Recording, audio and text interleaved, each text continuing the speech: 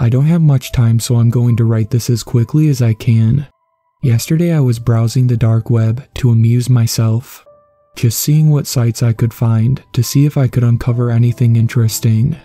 I'd been clicking through several mundane links that led to dead forums or private sites that were only interesting to a very small subset of people. I was about to give up and call it a night when I eventually stumbled upon a site that intrigued me. It was an innocuous link on a directory list I'd found. When I clicked on this particular link, the screen was filled with a flying American flag. Standing before it was a very tall man in a very fancy-looking black suit wearing an eagle mask. Plastered at the top of the screen were the words, "All American Extreme Games." Underneath were what looked like several different videos. I was about to scroll down and click on one to explore further when the page loaded a small advert. It claimed that it was a site that hosted all manner of popular childhood games, but taken to an extreme level. Like a massive nostalgic kick that everyone secretly looks for. As I looked through the site, I found that there were several videos, all linked to some kind of game that I recognized from my childhood. Among others, there was Red Light, Green Light, Simon Says, and my personal favorite, Hide and Seek. From the thumbnails, they looked incredibly fun. There were videos of a Capture the Flag game, where the contestants were running through what looked like a gigantic industrial estate, chasing down the flag bearers before tackling them to the ground and stealing the flag for themselves. A sense of excitement began to well up from within me. I remembered playing these kinds of games when I was a kid. It would be fun to have another go now that I was bigger. I eagerly clicked play on one of the Hide and Seek videos. I wanted to know how this whole thing worked. It looked so fun. The game consisted of a group of adults split into hiders and hunters. From the video, it looked like they were playing a massive game of hide and seek all the way across the city. When a hunter found a hider, there was a chase, ending in either the hider getting away or the hunter catching them. I imagined what it must be like. It was my favorite game as a kid, but as an adult, it must be even better. I'd be much better at it now too. I thought to myself, I'd pick much better hiding spots. Almost as if in response to my thoughts, a pop-up took the focus of my screen, pulling my attention back. It looked to be an advert. "Think you've got what it takes to win," it said. Intrigued, I read through it. As I scanned the ad, my heart skipped a beat when I realized it was for the next game that the site was organizing. It was recruiting players. The excitement I'd felt initially when I found the site was nearly doubled now, knowing that I might be able to join in. Reading through the details, it went on to explain that the participants of the game would be split into two teams, hunters and hiders. The hunters needed to capture the hiders and bring them to a specific location where the hider would then be out, and the hunter would earn 1 point. The hiders needed to evade capture for the duration of the game in order to win. It sounded simple enough. Starting tomorrow, the game would take place over the course of 2 weeks, or until all of the hiders were caught. At the bottom, there was a section titled Grand Prize. My jaw dropped as I counted all of the zeros in that number. Not only would I be able to join in with what looked to be an incredibly fun version of my favorite childhood game, but I could also win enough money to set me up for the rest of my life. Even the runner-up prizes were nothing to be scoffed at. Without much hesitation, I thought I would try my luck. Worst case, I'd be out with nothing. Best case, I'd be rich, but either way, I would enjoy myself. Giddily, I tapped the Apply Now button at the bottom of the pop-up. The button relocated me to another page of the site titled Rules and Terms. Oh great, I thought to myself, mountains of small print to read. It had dampened my excitement slightly, but much to my surprise, there were only 5 lines on the page. Rule 1. Hiders must be brought in alive and not incapacitated. Rule 2. Hiders must not kill or incapacitate hunters. Rule 3. No players are allowed to leave the city boundaries. This will be enforced by our agents. Rule 4. Anyone who turns off their phone or location immediately forfeits the game. We will be watching for any signs of cheating. Rule 5. Once you're in, you're in. No backing out until the game is complete. At the bottom of the page was a small section for me to add in my details and sign up. I was amazed. There were hardly any rules. I guess that's what makes it extreme, I thought. A slight sense of apprehension welled up in me. I began to question if maybe this was a scam. Then again, the videos on the site looked real, and if this was real and I missed my opportunity to join in, I would kick myself. Without giving myself time to question further, I quickly filled in my details and pressed apply. I know handing out your personal information on the dark web is generally a bad idea, but the excitement and the thought of that money quieted the voice in the back of my head, telling me it was a bad idea. The screen then changed to an image of the suited man wearing the eagle mask, tipping his hat to me with the caption, "Right on, you got this. We'll contact you when it's game time." It was done. Hopefully I'd signed up in time. The date on the advert had been tomorrow, so I was hoping I'd just beat the closing time. I watched hide and seek videos on the site for the rest of the night, trying to prepare myself for the game, to see what strategies others had used before. I really hoped that I was on the hunter's team. I didn't mind the hiding aspect, but I much preferred the detective work involved with finding someone who was hidden. I'd always imagined myself as a tracker following an animal through the forest, looking for any tracks or traces of my quarry. I didn't hear anything from the site the next day and was beginning to give up hope that I'd been selected for the game.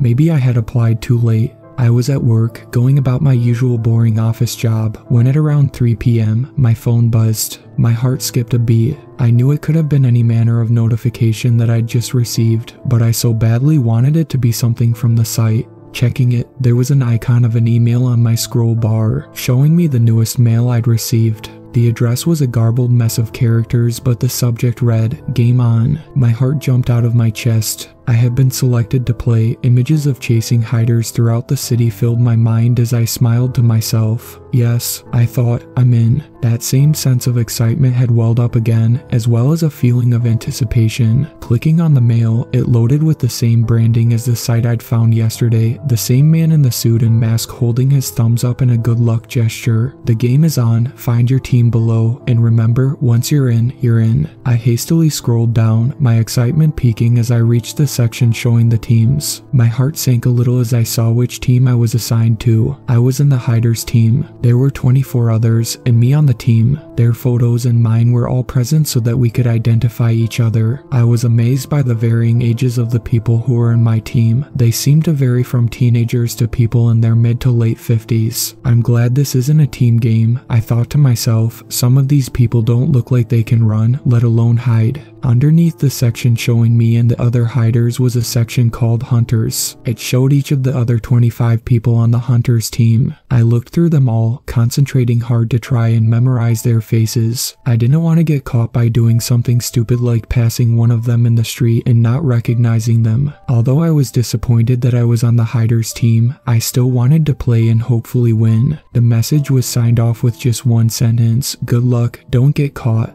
I was shaking with excitement now. It was actually happening. As I closed the email, I looked around with nervous excitement, half expecting to see a hunter snooping around for me already. I was relieved when I didn't see anyone, although I knew now that the game was on. I couldn't stay here, it would be too obvious. These hunters knew my name. It wouldn't be too hard for them to go on social media and figure out where I worked. I cringed as I imagined being chased by a hunter through the office, with my co-workers staring at me dumbfounded. I needed to get out of here. I needed the freedom to move. Making my way into my boss's office, I told her that I was feeling ill and needed the rest of the day off. I put on a stellar performance, if I do say so myself, doubling over at one point, retching. She told me to go home and rest with a panicked look stricken across her face. I think she was worried I may have blown chunks all over her pristine office. Happy with this result, I thanked her in my best sick voice and slowly staggered out of her office. It wasn't until I'd made my way out of the main block and into the car park that I dropped the facade. I made my way to my car, all the while darting between the concrete columns of the car park, scanning the area for any signs of hunters. I was met with the stillness of the multi-story car park and the sound of the wind blowing between the concrete. It looked empty, but you couldn't be too careful. That childish excitement welled up in me as I started to lose myself in a sea of nostalgia, remembering how I would feel when I hid as a child.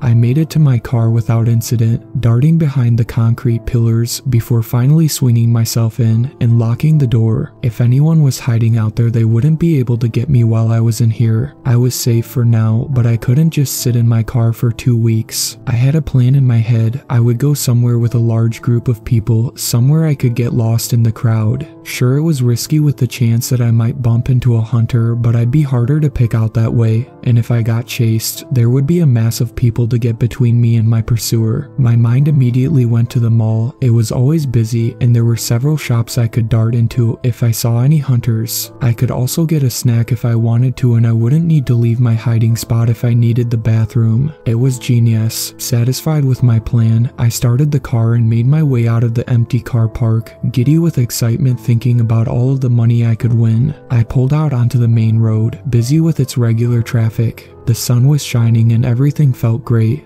I was on top of the world. I began thinking about how to evade a hunter if I saw one in the mall. Images of jumping over the aisles in the shops or throwing down mannequins to block my path filled my mind, and I chuckled to myself. As I was daydreaming, driving along, I came to a stop at a crossroads. I was waiting at the red light, reaching down to grab a bottle of cola from my passenger seat when something reached my ears. It sounded like the screeching of wheels spinning on the tarmac. Some boy racer must have been trying to race one of the other cars at the stoplight. Bloody tool, I thought to myself. There was an ear-shattering bang and everything began to spin. My vision blurred as I jerked violently to the side, slamming my head on the dashboard as the car seemed to slide sideways. I shouted out a startled scream as the bottle of cola was thrown through the air. The scent of burning rubber thickened the air, and the sound of shattering glass filled my ears. The sound was deafening. I had a persistent ringing in my head for several seconds afterwards. Dazed, it took me a few moments to realize where I was. I was terrified. I didn't know what was going on. As my senses began to come back to me, I realized that the passenger door seemed much closer to me now, resting just below my arm. There was something behind it that blocked the rest of the street from view, something large and dark with smoke billowing from it.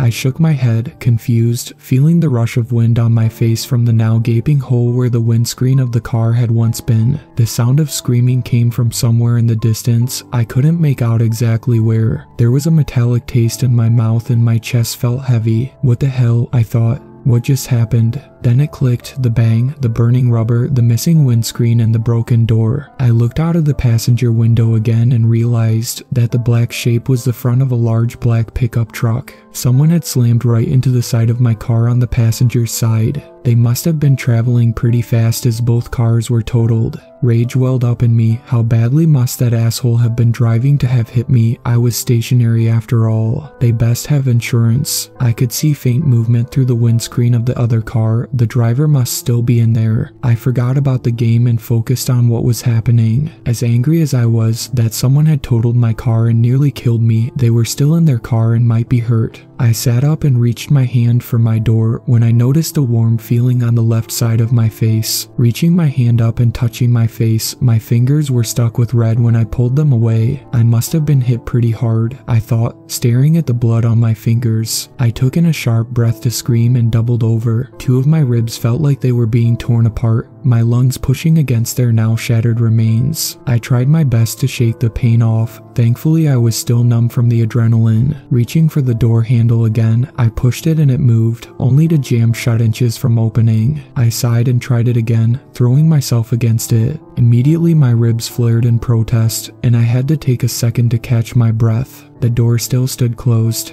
As I was doubled over, I noticed the windscreen again. It had been shattered by the impact, leaving only a giant hole. I should be able to climb out of that to freedom. Without much more thought, I started to pull myself from the windscreen and out into the now still crossroads. The smell of burnt rubber was stronger out here. There was also a very strong petrol stench filling my nostrils. One of the fuel tanks must be leaking. Putting in a great deal of effort not to stumble and fall, my world spun as I slid from the bonnet of the car and tried to stand up. I couldn't tell if I was shaking from adrenaline, my shattered ribs, or from the crash, but I had to lean against the car to steady myself. As I raised my head above my now destroyed vehicle, flecks of shattered glass covering everything I could see like transparent snowflakes, I was able to get a better look at the car that had hit me. I was right, it was a large black pickup truck. It had hit me dead on the side, crumpling my poor Clio instantly. From the looks of the rubber marks on the road, it had moved me several feet onto the pavement. I could see smoke hissing from under its now crumpled hood, its wheels jutting out at odd angles. There were several pedestrians looking on at the scene horrified. That would explain the screaming I'd heard. I think some of them looked like they were making their way over to me, but I needed to focus on my task at hand, the other driver. I'd never been in a real car crash before. I'd seen videos online, but they didn't prepare me for this. I needed to get to the other driver to make sure they were safe. From where I was standing, I couldn't see into the car. Its window was shattered, although I could make out frantic movement from the inside. The driver was alive, and they obviously needed help. I staggered around to the front of the car, towards their driver's side window. They appeared to be frantically fighting with their seatbelt, aggressively tugging at it with both hands, attempting to get free. It must be jammed, I thought to myself. But there was something that didn't feel right about this. The way the driver was acting was odd. He wasn't panicked. He seemed frantic, but not in a shocked way. I made my way closer and knocked on his window. As I tapped on the broken glass, it lost whatever integrity it had left, falling to the floor in tiny crystal droplets. The driver whirled around to face me, staring me dead in the eyes. I stared back, all the while, that odd feeling of apprehension buzzing in the back of my mind. Then my stomach dropped as I realized why I felt this way. He was a hunter. I recognized his face from the pictures and the email that I'd received. He was a hunter and he was after me. He must have seen me sitting there at the crossroads and tried to take his opportunity. Then another thought hit me, making my already weak legs nearly give way. If this man was willing to T-bone my car for this game, what else was he willing to do? I know there are no rules banning things like this, but then again there weren't many rules at all. I didn't know what this man was capable of, and I really didn't want to find out. With lightning speed, he shot his arm out of the window and grabbed my wrist. His grip was tight and snapped me out of my stare. His eyes were still fixed on me, and I could almost feel his determination to catch me. Rather than the giddy excitement that I'd felt earlier, now all I felt was fear. I needed to get away as fast as I could. All that mattered was putting as much distance between myself and him as I could. I jerked my arm back with all of my strength, ripping it from his grip. He swore loudly, turning his attention back to his seatbelt, frantically yanking at it, trying to rip it from its socket to chase after me. I silently thanked my lucky stars that it had jammed when he crashed, otherwise, who knows what state I would have been in. Terrified, I turned on my heel and began to stagger away. All the while I could hear the muffled shouts of anger coming from the hunter's black pickup, as he struggled in vain against the seatbelt restraining him. My mind was scattered and my head was pounding. I was pretty sure I had a concussion, but I carried on moving. I could just about see the mall from where I was. Once I was there, I could still carry out my plan. Winning wasn't the main thing on my mind at the moment. If all of the hunters were like this man, I didn't want to encounter any more of them. What if they were worse? Then I heard a sound that made my blood turn to ice. The slamming of heavy feet against the tarmac behind me, getting closer. I turned around, already knowing what to expect, but needing to see it anyway. The hunter was closing the distance between us. The pedestrians I saw must have helped him loose, and now he was free to pursue me. Unlike me, he seemed practically uninjured by the crash. He was running at full speed, closing the minuscule distance between us. I had to get away. Turning to my left, I could see the mall, so close. If I could just make it there, I could lose him in the crowd. All that stood between me and it was a busy main road, the cars flying by, oblivious to my plight. I couldn't see any way across, not that I'd be able to get to without being caught. Taking a deep breath, knowing that if I didn't move soon, that would be it. This lunatic would catch me, and who knows what state I'd be in at the capture location. Lurching forward, I staggered across the busy main road, taking the most direct route to the mall. I knew it was dangerous, but the terror of running across an active main road was far more appealing than the terror of what an unknown psychotic hunter would do if he had the chance. Cars veered around me as I limped slowly across, honking their horns in angry protest at my presence. I felt the wind off a couple of them, just narrowly avoiding hitting me. I even felt the cold metal of a large van as it whipped past me, but I didn't care. All I could think about was that mall, with the people and the shops and all of the hiding places. Looking back over my shoulder, my breath caught in my throat.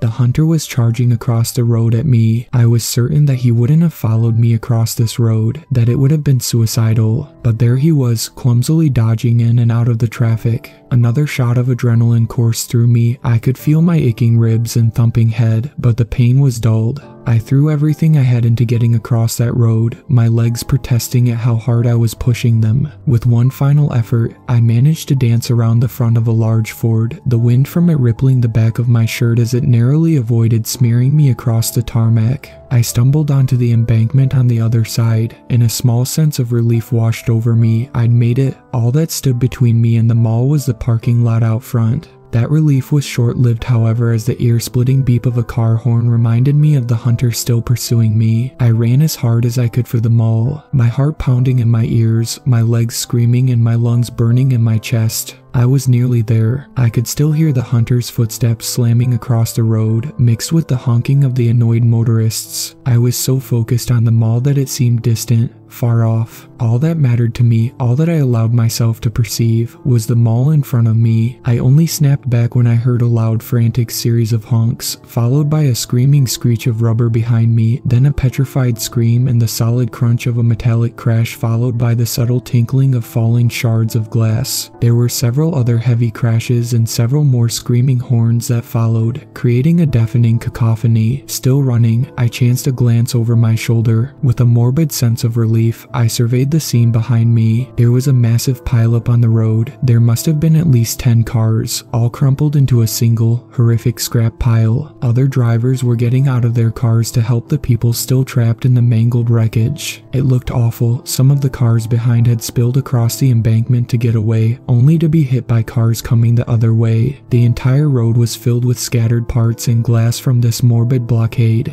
It was awful, and I felt terrible for thinking it, but the only thought that came to my mind in that instance was how thankful I was that I couldn't see the hunter anymore. Barely waiting for the automatic doors to open, I forced myself through and made my way inside the bustling mall, thankful that there had been no trace of that hunter since the pileup. Walking through the crowded shopping center, I kept my head on a swivel, constantly scanning for any sign of hunters. Although I was relieved to have lost the one chasing me, the last thing I wanted was for another one to immediately spot me. I wasn't enjoying this anymore. I genuinely felt hunted, like an animal. This wasn't what I signed up for. As I walked, I noticed the horrified looks from the passers-by. They seemed to be making a conscious effort to avoid me, like I was some kind of social pariah. Then I remembered, my face was covered in blood from the crash. I must have looked horrific. No wonder no one would walk near me. I couldn't blame them. There's no way I'd be able to blend in looking like this. I rushed to the nearest bathroom and ran to the mirror to assess the damage to my face. The bloodied man staring back at me in the mirror looked worse for wear. Drying red blood covered the majority of his face, stemming from some kind of injury at the top of his head. I felt a little woozy, seeing my own blood like that. I knew I had some on my fingers when I checked earlier, but I wasn't expecting to see so much. Splashing the cold water of the sink into my face a few times, in an effort to clear it, it turned out that it wasn't so bad. I had a nasty looking cut on the side of my head. It had bled profusely, but other than that, I was unscathed. I was relieved that I wasn't bleeding to death. I don't think I had the mental capacity to deal with that right now. I tried to tidy myself up as best as I could, all the while on edge, jumping at any sounds that came to my ears. The sound of the bathroom door opening and closing, the hand dryer blaring, or the toilets flushing sparking a jolt of fear. What if they were caused by another hunter coming to finish what the first one started? When I was done, I didn't look too bad. I didn't look great, but I also didn't look like I'd just been in a car crash. Making my way back out and into the hustle and bustle of the mall, I pretended to browse shop windows, inspect the food court, and just act like a general mall goer. My nerves were shot, but I tried my best to just blend in. I'd made a large loop for myself, wandering up one length of the mall, making a left turn into a subsequent section, then taking the escalator upstairs to do a loop of the top level before returning back to my original starting position. Stopping occasionally, I'd pretend to have an interest in the shop windows, using their reflective surfaces to covertly look at the passers-by. I was getting into the swing of it now, blending in with the crowd, when I noticed movement that caught my attention. It was a short distance away, moving fast, cutting a line through the crowd. My heart jumped into my throat as my thoughts flashed back to the hunter and the way he ran across that road after me. I was just about to turn and run, assuming that this person was a hunter that had seen me, when I noticed the person looking over their shoulder frantically as though someone might be following them. As I got a better look at their face, I recognized them immediately from their photo in the email. It was another one of the hiders, someone on my team. She was young, maybe in her late teens, with long black hair and thin-lined glasses. I will say that I did feel a slight sense of joy when I saw her, not enough to forget what had happened with my car, but it was just nice to be reminded that I wasn't alone in this. As soon as I saw her, I immediately scanned the area, assuming she was being so frantic because she was being followed. Looking back through the trail she'd made, I expected to see a second form charging through the mass of people after her. Much to my relief, there was no one. The mall was as bustling and inconspicuous as it had ever been, with people going back to their business after the girl shot past them. I decided to go and introduce myself to my fellow teammate. After all, strength in numbers. She'd made her way into one of the nearby clothing shops, brushing past several shoppers, nearly knocking some of them over as she hurriedly tried to get out of sight. As fast as she could, I followed her as closely as I dared, trying not to look obvious so as to not arouse suspicion in case she was being tailed. She must not have encountered any of the hunters yet, otherwise she wouldn't be running around like this, I thought to myself, worried I'd best warn her, she may not know what she's in for. Eventually, I caught up to her. Watching her, she'd stopped in a far section of the shop, pretending to look at some of the coats hanging from a tall rack. I sidled up to her as inconspicuously as I could. As I got closer, she stared at me with a look of shock and horror on her face, beginning to start turning to run before her expression eventually softened. As the realization clicked, "You're playing too," she exclaimed in an excited whisper. "It's good to see another friendly face. You need to be more careful," I chastised immediately, trying to be quiet so as any other shoppers passing by wouldn't overhear. "You're drawing too much attention to yourself, moving around like that. These hunters, they don't mess around." As I said this, I gestured to the cut along the side of my head.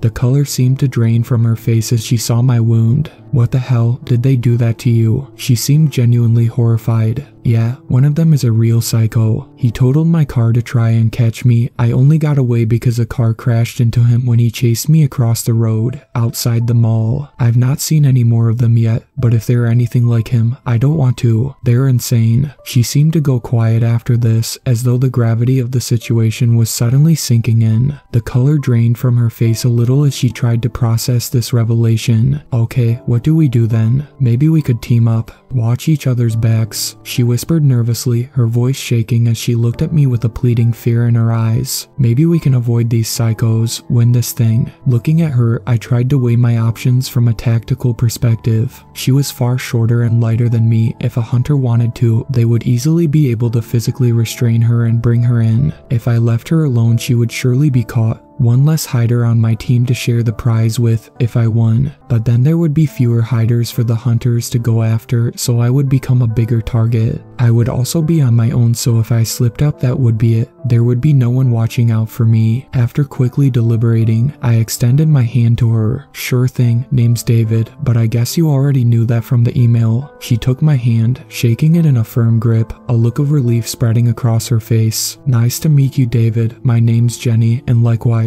We should get moving," I said, glancing around, aware that we'd been standing in this same position now for a few minutes. "I don't like staying still for too long. Follow me, just act like you're window shopping and try to blend in." I wish I'd known now what was going to happen. If I did, maybe I'd have done things differently. I'll get into the details, but right now, I need to move. I've been here too long already. I'll post the rest of this when I get to a safer place. Thank you to my superfans, Sweet Black Swan, Tacy, and Brooklyn. I really appreciate you guys supporting my channel, and I look forward to making more content for everyone.